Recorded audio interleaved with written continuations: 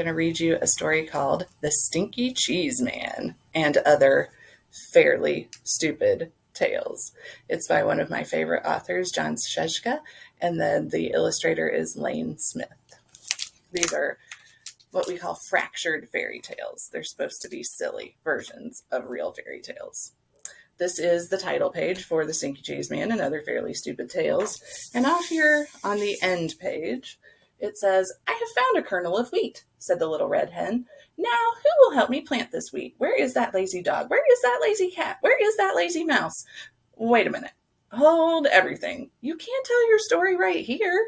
This is the end paper. The book hasn't even started yet. Who are you? Will you help me plant the wheat? "I'm Jack, the narrator, and no, I can't help you plant the wheat. I'm a very busy guy trying to put a book together. Now, why don't you just disappear for a few pages? I'll call you back when I need you." "But who will help me tell my story? Who will help me draw a picture of the wheat? Who will help me spell the wheat?" "Listen, hen, forget the wheat. Here comes the title page." And there it is.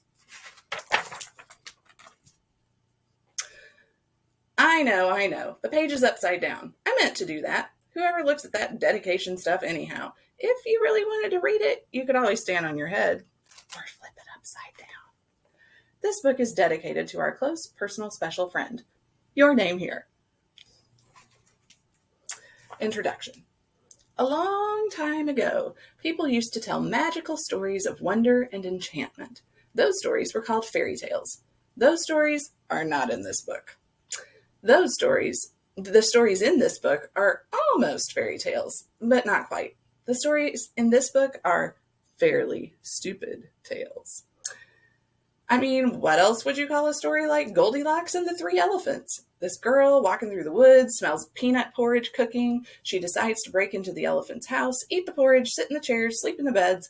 But when she gets in the house, she can't climb up on baby elephant's chair because it's too big. She can't climb up on mama elephant's chair because it's much too big. And she can't climb up on papa elephant's chair because it's much, much too big.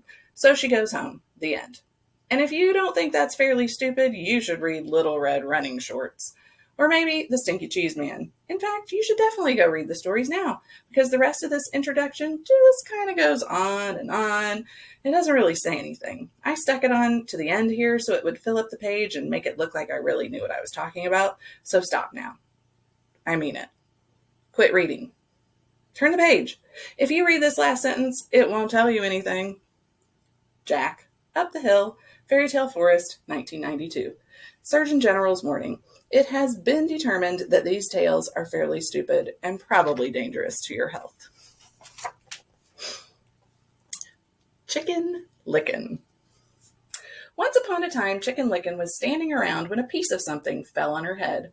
She wasn't the brightest thing on two legs, so she started running around in circles, clucking, "The sky is falling! The sky is falling! We must tell the president!" Chicken Licken ran to her friend Ducky Lucky and clucked, "Ducky Lucky, Ducky Lucky, the sky is falling, the sky is falling. We must tell the president." "Let's go," quacked Ducky Lucky. Chicken Licken and Ducky Lucky ran to their friend Goosey Lucy and yelled, "Goosey Lucy, Goosey Lucy, the sky is falling, the sky is falling. We must tell the president." "Let's go," honked Goosey Lucy. Chicken Licken, Ducky Lucky, and Goosey Lucy ran to their friend Cocky Locky and yelled, Cocky Locky, the sky is falling, the sky is falling. We must tell the president." "Let's go," cried Cocky Locky. Wait a minute, cried Jack the narrator. "I forgot the table of contents. "Hey, you're not in this story," said Chicken Licken. "I know," said Jack the narrator, "but I came to warn you. The table of contents is, 'The sky is falling, the sky is falling,'" clucked Chicken Licken. "We must tell the president." So Chicken Licken, Ducky Lucky, Goosey Lucy, and Cocky Locky ignored Jack the narrator and ran off to catch a plane to Washington. Just outside the airport, they met Foxy Laxy. "Foxy Laxy, Foxy Laxy, the sky is falling, the sky is falling. We must tell the president," yelled Chicken Licken, Ducky Lucky, Goosey Lucy, and Cocky Locky. "Well, come with me," said Foxy Laxy. "I know a shortcut to the airport." Foxy Laxy led Chicken Licken, Ducky Lucky, Goosey Lucy, and Cocky Locky to his cave. He didn't get to eat them, though, because Chicken Licken was almost right. The sky wasn't falling. The table of contents was. It fell and squashed everybody. The end. Chicken Licken, the princess and the bowling ball, the really ugly duckling, the other frog prince, Little Red Running Shorts, Jack's Bean Problem, Cinder Rumpelstiltskin, The Tortoise and the Hare, The Stinky Cheese Man, and The Boy Who Cried Cow Patty. The Princess and the Bowling Ball. Once upon a time there was a prince, and this prince's dad and mom, the king and queen, somehow got it into their royal heads that no princess would be good enough for their boy unless she could feel a pea through 100 mattresses. So it should come as no surprise that the prince had a very hard time finding a princess. Every time he met a nice girl, his mom and dad would pile 100 mattresses on top of a pea and then invite her to sleep over. "How'd you sleep, dear?" The princess would politely say, "Fine, thanks." And the king would show her the door. This went on for 3 years, and of course nobody ever felt the pea under 100 mattresses. Then one day the prince met the girl of his dreams. He decided he'd better do something about it. That night before the princess went to bed, the prince slipped his bowling ball under the 100 mattresses. When the princess came down for breakfast the next morning, the queen asked, "How did you sleep, dear?" "This might sound odd," said the princess, "but I think you need another mattress. I felt like I was sleeping on a lump as big as a bowling ball." The king and queen were satisfied. The prince and princess were married, and everyone lived happily, though maybe not completely honestly, ever after. The end. The Really Ugly Duckling.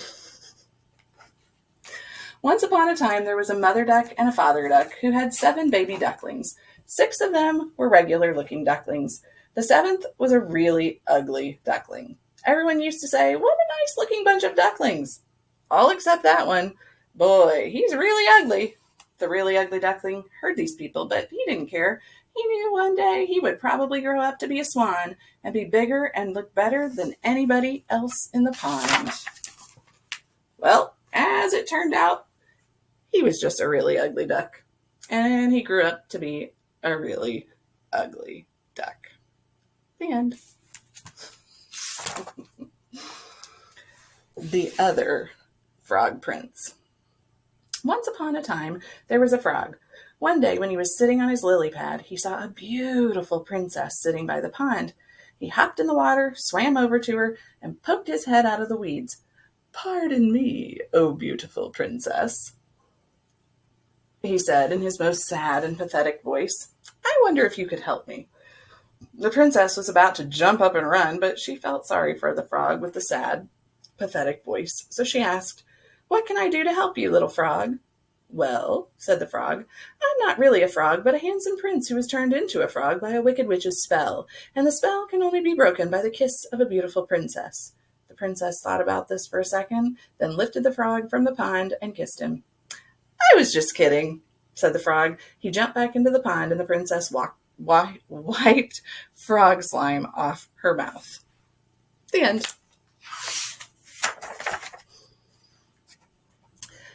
Little Red Running Shorts. Remind you of Little Red Riding Hood, perhaps? This is not that story. "Okay, I've got things running smoothly now," said Jack the narrator. "And this next story is even better than the last 3. See, it's about this girl who runs very fast and always wears red running shorts. That's where her name comes from. Get it? So anyway, this girl is running to her granny's house when she sees a wolf. He tricks her into taking the long way while he takes the shortcut. Now, this is the good part, because Red runs so fast that she beats the wolf to Granny's house. He knocks on the door, Red answers it, and guess what she says? "My, what slow feet you have." And that's it. The end. Is that great or what? So sit back, relax, and enjoy Little Red Running Shorts. And now, like I already said, Little Red Running Shorts. "You just told the whole story," says Little Red Running Shorts. "We're not going to tell it again." "You can't say that," says Jack. "You have to start with Once Upon a Time." "No way," says the wolf. "You blew it." "But you guys are next. Look at the title at the top of the page. Little Red Running Shorts. That's you." "Let's go, wolf. We're out of here." "Wait, you can't do this. Your story is supposed to be 3 pages long. What do I do when we turn the page?" I planted the wheat, I watered the wheat, I harvested the wheat. Now do I get to tell my story? Said the little red hen. Say, what's going on here? Why is that page blank? Is that my page? Where is that lazy dog? Where is that lazy cat? Where is that lazy mouse? How do they expect me to tell this whole story by myself? Where is that lazy narrator? Where is that lazy illustrator? Where is that lazy author? Jack's bean problem. Forget that, hen. Now it's time for the best story in the whole book, my story. Because once upon a time, I traded our last cow for 3 magic beans and... Hey, Giant, what are you doing down here? You're wrecking my whole story. I don't like that. I don't like that story, says the Giant. You always trick me. That's the best part, said Jack. Fee, fi, fum, fory. I have made my own story. Great rhyme, Giant, and I'm sure your story is just as good, but there's no room for it. So why don't you climb back up the beanstalk? I'll be up in a few minutes to steal your gold and your singing harp. I'll grind your bones to make my bread. I knew you'd understand. And there's another little thing that's been bugging me. Could you please stop talking in uppercase letters? It really messes up the page. I will read my story now, said the Giant. And he did. The Giant's story. The end of The Evil Stepmother said, I'll huff and snuff and give you 3 wishes. The beast changed into 7 dwarves, happily ever after, for a spell had been cast by a wicked witch once upon a time. That's your story? Said Jack. You've got to be kidding. That's not a fairly stupid tale. That's an incredibly stupid tale. That's an unbelievably stupid tale. That's the most stupid tale I ever... Ah! The Giant grabbed Jack and dragged him to the next page. Jack's story. Once upon a time, there was a giant. The giant squeezed Jack and said, Tell me a better story, or I will grind your bones to make my bread. And when your story is finished, I will grind your bones to make my bread anyway. Ho, ho, ho. The giant laughed an ugly laugh. Jack thought, He'll kill me if I do. He'll kill me if I don't. There's only one way to get out of this. Jack cleared his throat and then began his story. Once upon a time, there was a giant. The giant squeezed Jack and said, Tell me a better story, or I will grind your bones to make my bread. And when your story is finished, I will grind your bones to make my bread anyway. Ho, ho, ho. The giant laughed an ugly laugh. Jack thought, He'll kill me if I do. He'll kill me if I don't. There's only one way to get out of this. Jack cleared his throat and began his story. And it keeps going and repeating all the way to the end of the page. I'm not going to do that. Cinder Rumpelstiltskin. Once upon a time, there was a beautiful girl named Cinderella who lived with her wicked stepmother and 2 ugly stepsisters. These step relatives were not only wicked and ugly, they also made Cinderella clean the house every day. One day, the local prince announced he was holding a fabulous ball at his castle. Everyone was invited. The stepmother and stepsisters got all dressed up to go, but as usual, they made Cinderella clean the house, so she didn't have time to get ready. After the stepmother and stepsisters left for the ball, Cinderella sat down and began to cry. Just then, a little man appeared. Please don't cry, he said. I can help you spin straw into gold. I don't think that'll do me much good, said Cinderella. I need a fancy dress, glass slippers, and a coach. Would you like to try to guess my name? Said the clever little man. Cinderella looked at him. Not really. Come on, do you think it's Chester? If you don't have a dress, it doesn't really matter. Oh, just guess my name. I'm not supposed to talk to strangers, said Cinderella. Then she closed the door and left the little man standing outside screaming, Rumpelstiltskin! Rumpelstiltskin! Rumpelstiltskin! When the stepmother and stepsisters got home from the ball, Cinderella told them about the strange little man. They still made her clean the house. And meaner still, they changed her name to Cinder Rumpelstiltskin. The Tortoise and the Hare. Once upon a time, there was a tortoise who was very slow but dependable. He would always get where he set out to go. It just took him longer than most people. One day, Rabbit saw Tortoise walking slowly but surely down the road and said, "Tortoise, you are so slow. I could probably grow a hair faster than you run." "Oh, yeah?" said Tortoise slowly. "Yeah," said Rabbit. So they decided to race. On the day of the big race, Tortoise and Rabbit lined up the starting line. Owl said, "On your mark, get set, grow." Tortoise started to run. Rabbit started to grow his hair. Tortoise ran. Rabbit grew his hair. Tortoise ran. Rabbit grew his hair. Tortoise ran. Rabbit grew his hair. Tortoise ran. Rabbit grew his hair. Tortoise ran. Rabbit grew his hair. Tortoise is still running. Rabbit is still growing his hair. The end.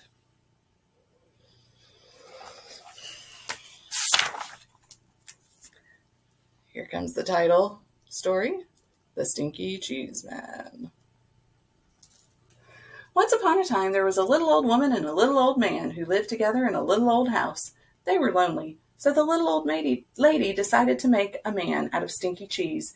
She gave him a piece of bacon for a mouth and 2 olives for eyes and put him in the oven to cook. Cook cheese? When she opened the oven to see if he was done, the smell knocked her back. "Phew! What is that terrible smell?" she cried. The stinky cheese man hopped out of the oven and ran out the door calling, "Run, run, run as fast as you can. You can't catch me. I'm the stinky cheese man." The little old lady and the little old man sniffed the air. "I'm not really very hungry," said the little old man. "I'm not really all that lonely," said the little old lady. So they didn't chase the stinky cheese man. The stinky cheese man ran and ran until he met a cow eating grass in a field. "Wow! What is that awful smell?" said the cow.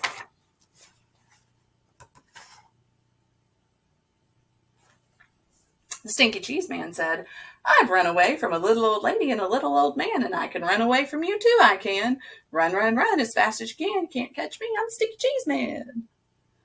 The cow gave another sniff and said, "Whew, I'll bet you could give someone 2 or 3 stomach aches.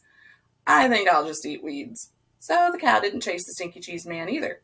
The stinky cheese man ran and ran until he met some kids playing outside of school. "Gross," said a little girl. "What's that nasty smell?" "I've run away from a little old lady and a little old man and a cow, and I can run away from you too, I can. Run, run, run as fast as you can. Can't catch me. I'm the stinky cheese man." A little boy looked up, sniffed the air, and said, "If we catch him, our teacher will probably make us eat him. Let's get out of here." So the kids didn't chase the stinky cheese man either.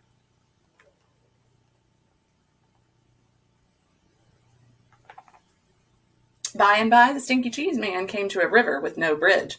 "How will I ever cross this river? It's too big to jump, and if I try to swim, I'll probably fall apart," said you-know-who. Just then the sly fox, who shows up in stories like these, poked his head out of the bushes. "Why, just jump on my back and I'll carry you across, stinky cheese man. How do I know you won't eat me?" "Trust me," said the fox. So the stinky cheese man hopped on the fox's back. The fox swam to the middle of the river and said, "Oh, man, what is that stinky smell?" The fox coughed, gagged, and sneezed, and the stinky cheese man flew off his back into the river where he fell apart. The end. Shh. Be very quiet. I moved the end paper up here so the giant would think the book is over. The big lug is finally asleep. Now I can sneak out of here. Just turn the page very quietly, and that will be the... "I found the wheat. I planted the wheat. I grew the wheat. I harvested the wheat. I ground the wheat. I made the dough. I baked the bread," said the little red hen. "And did anyone help me? Did anyone save space for my story? So now," said the little red hen, "who thinks they're going to help me eat the bread?" "Bread?" said the giant. "Eat?" said the giant. The end.